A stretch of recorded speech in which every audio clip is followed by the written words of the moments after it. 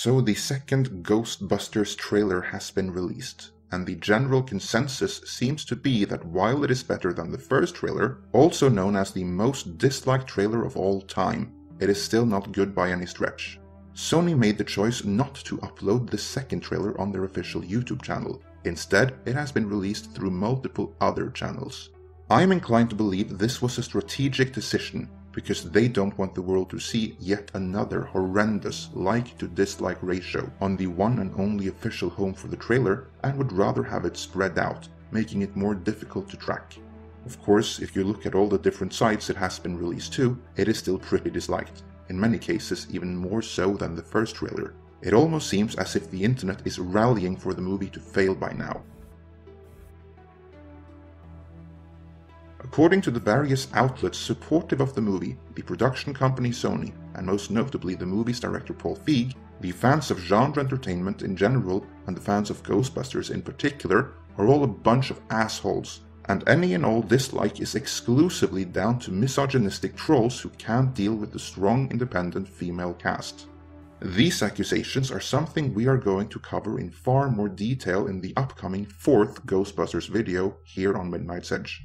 But until then, in this editorial, I will provide my opinion on why the trailers have been so disliked and why the movie is so controversial. And no, contrary to what Sony and various media outlets like to tell themselves and the rest of the world, it has nothing to do with misogyny.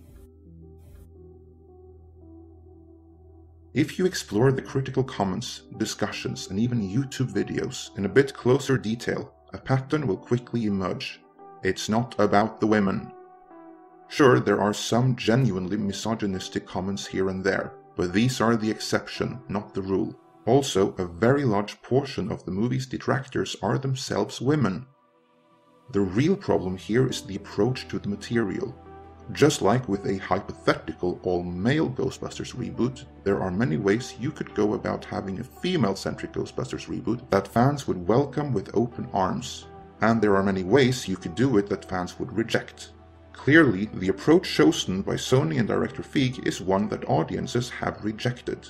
Not because the Ghostbusters themselves are female, but because everything we have seen and learned about the upcoming movie demonstrates a stunning lack of understanding of why the original is such a beloved classic. Let's go back to the original Ghostbusters. No, not the 70s TV series, not the Filmation animated series spun off from it either, but the original 1984 Ghostbusters feature film.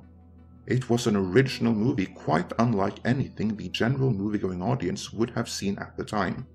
Many consider it as just a comedy, especially those who either dismiss it or don't remember it that well. And it is a comedy too. The script is comedic in nature, the score is light-hearted, and the actors are primarily associated with comedy, but there is more going on.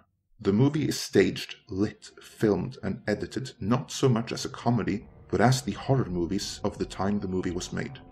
This was before the age of elaborate palette, lighting, and filters, but this unique blend of horror and comedy still helped the movie stand out and become an instant classic. Furthermore, great attention went into the handling of the supernatural, and not just on the effect side.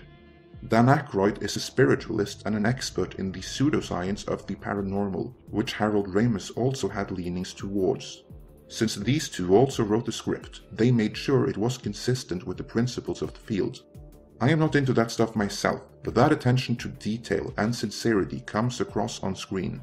Case in point, my personal favorite part of the movie is when Venkman goes to pick up Dana when she has been possessed by Zool. The moment she opens the door, he knows that something is up. The last time he was face to face with the supernatural, which was the first time, he screwed up. But now he's gotten his cool back, and his education in the paranormal kicks in. He knows what to do. Murray delivers a stellar, subtle performance, and the way he extracts information from Zool is apparently the textbook way you want to behave if you ever find yourself in the presence of a demon or other supernatural entity that you need information from. Of course, everyone will have their own favorite moments and reasons why the movie made an impact on them.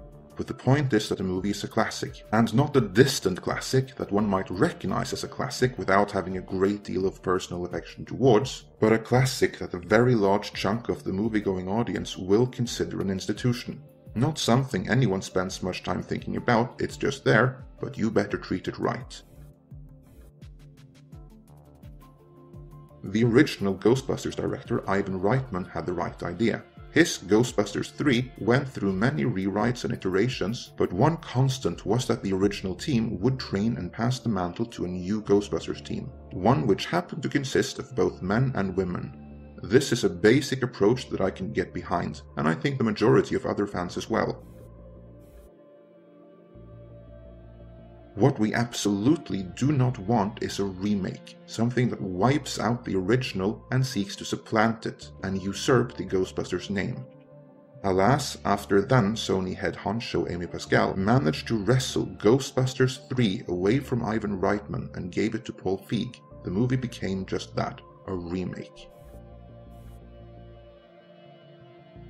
In conjunction with the release of Spy, Paul Feig gave Variety an interview. A couple of the things he said then are now somewhat ironic, and goes to the heart of why the fans are so up in arms about his take on the Ghostbusters. He said that, in the wrong hands, anything can turn into something awful, which is true, however a bit general. About Spy, he said that, no one's going to let me do a Bond or a Bourne movie, so I thought I'll write my own for one of the lovely ladies I love. Feig's specialty, for lack of a better term, is subversive parody movies. He is the guy you want parodying Bond and Bourne, but no one would ever give him the keys to the main franchises. But that is exactly what Amy Pascal did, gave him the keys to the main Ghostbusters franchise.